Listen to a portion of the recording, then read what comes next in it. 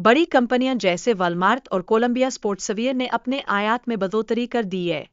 ऐसा लगता है जैसे ये कंपनियां टैरिफ से बचने के लिए सामान खरीदने की दौड़ में भीड़ गई है, जैसे कोई स्पोर्ट्स कार रेस में भाग ले रही हो।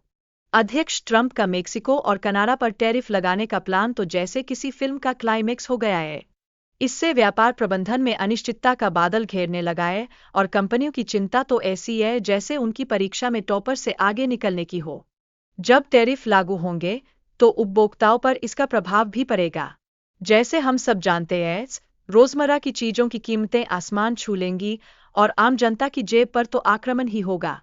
ये हुआ न दामों का टैरिफ टुंडर। यहाँ के गोदाम में इलेक्ट्रॉनिक्स, खाद्य सामग्री और बुनियादी ढांचे के सामान का भंडार होता है, जैसे कि हमारी जिंदगी में जरूरत की चीजें। और हाँ, इसमें चीन और मेक्सिको से आयातित वस्तुएं भी शामिल हैं। यह तो तब हुआ जब कॉलेज में हम अपने नोट्स जमा करते हैं, सब कुछ एक जगह जमा कर लेना। शिपर्स ने तो ट्रंप के टैरिफ से बचने के लिए नवंबर 2024 से अपने उत्पादों को पहले से लाना शुरू कर दिया है।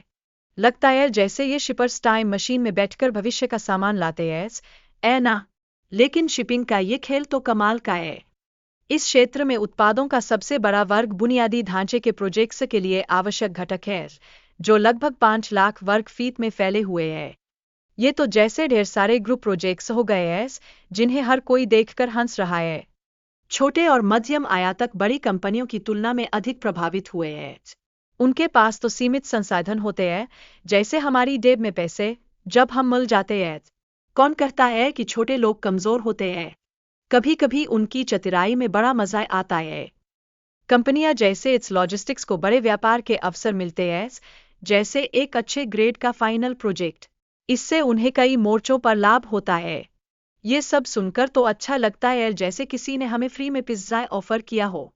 उपभोक्ताओं को सभी अतिरिक्त लागतों का सामना करना पड़ता है, जैसे हमें अपने बिन बुलाए खर्चों से। ये तो व्यापार में आम बात है, लेकिन जब ये आम आदमी की जेब पर पड़ेगा तब क्या होगा? मुझे तो डर लग रहा है। कंपनियों को आयातित जूतों पर भारी टैरिफ का भुगतान करना पड़ता है। ये तो ऐसा जैसे हमारे पैर में कोई सैंडल पहने बिना ही टैरिफ का एहसास हो रहा हो। जूतों पर 16% टैरिफ की स्थिति बनी हुई है। टैरिफ में संभावित वृद्धि से भविष्य के ऑर्डर और पहले से मौजूद ऑर्डर दोनों पर असर पड़ सकता है। इससे आयातकों और शिपर्स को परेशानी होती है।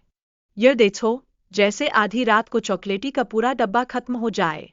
आयातित जूतों पर टैरिफ के कारण कीमतों में उतार चढ़ाव होता है, जिससे विक्रेताओं को अपनी बिक्री मूल्य निर्धारित करने में दिक्कत होती है।